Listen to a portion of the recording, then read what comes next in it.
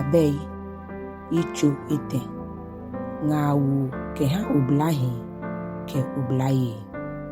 Mibi, ohie akakpami mlaile ano, shimo ukemikitaile ato uchuimini. Ejake michon moile baha uwala se ache afi babao, ni ubashire ya walamni. Kaamni hileke anokwale mishimbu, ngofi ukwe, maaye uchuin taoleno. Nudani una nyam kebule papa, yenyumo kegbemei ahie. Ukohi afo yowa no, kochu ife, ni uke ohi akakpasa budienche ojwemu.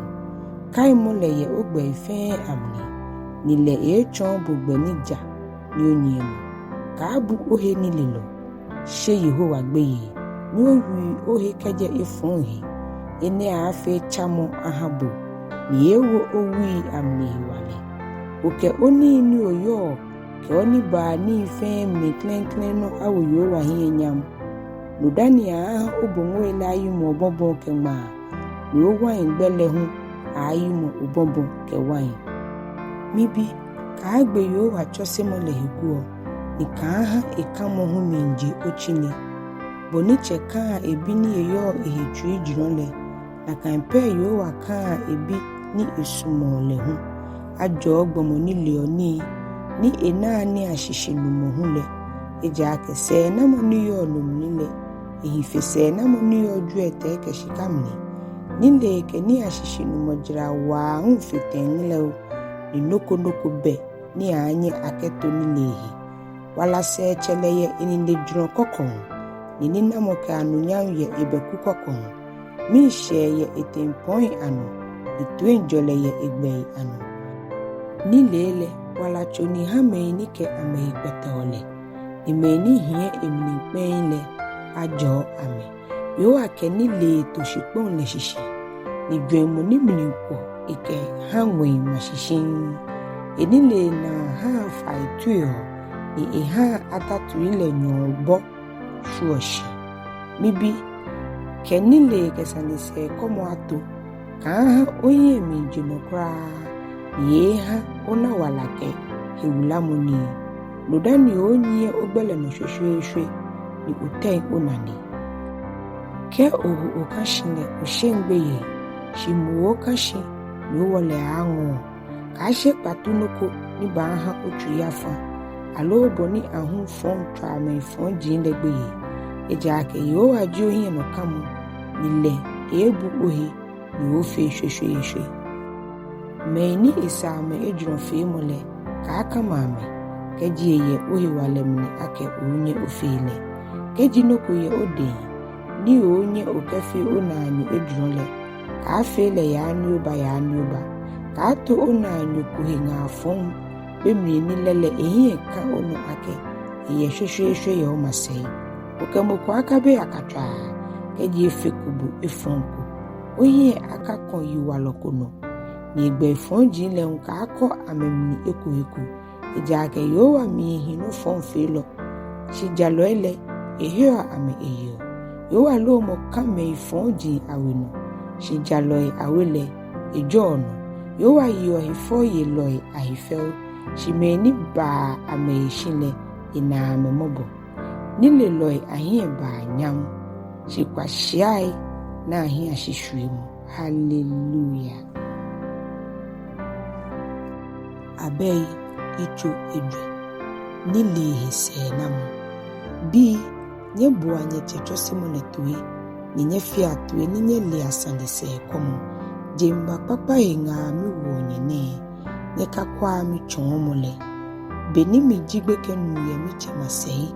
Ni mi nye biku mi ni ishwe ehejimine. Mi chechomini. Ike mi ake.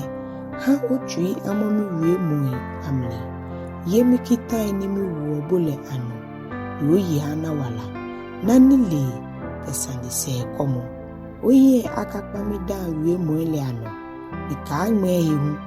Ka akwa Nilee. Ye bawi. Suomole. Ni ye buhi. Nilee shishi jeji ona Nilee. Ni nofe no ni onale. Uketa osande komo segbe. Bu Nilee akenoko ni jirawa. Ni ye wonu. keji olole atule ewu ohie nyam.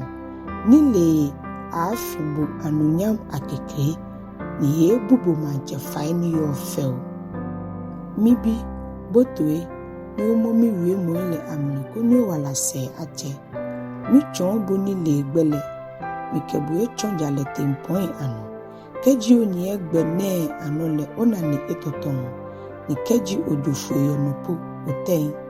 Mocho se momni wa ka ngmehi oketo jogba shinoji wala ka yi walo agbenu ni menfonji agbehun o kanyenu wi ohe keje gbe fonu ka yinu chi ohe keje no kra no funi keya eja ke menfonji wo akeja mefe fondan wo pocheo ye amehi ja amena muko awi ameyidan eja ke efon feloi amaji yiwale ni amewain ji basabasa femu shijaloi agbele etamole bila ipeo ye ya no pe ahun ke ashi osane me fonji agbele tamodun kabiti ametro ni amena ni bi ni ametrole bibi ka otwe ohami wie moele ba otweshi oha nonimi keole oyi akajino keto otwi mniton eja ke wala eji hamoni mnishono eji chaba ha egujianfe oyi aka otwi he feni fe eja ke nomni wala jo wie mo gbonyo akaje ona ikaye kutumpo to oyi eten oyi amaheni oyale no le ona ni famu kekele ogbe ife aja abu ka agba ejun lo abeku chi ohe keje efon he. Hallelujah.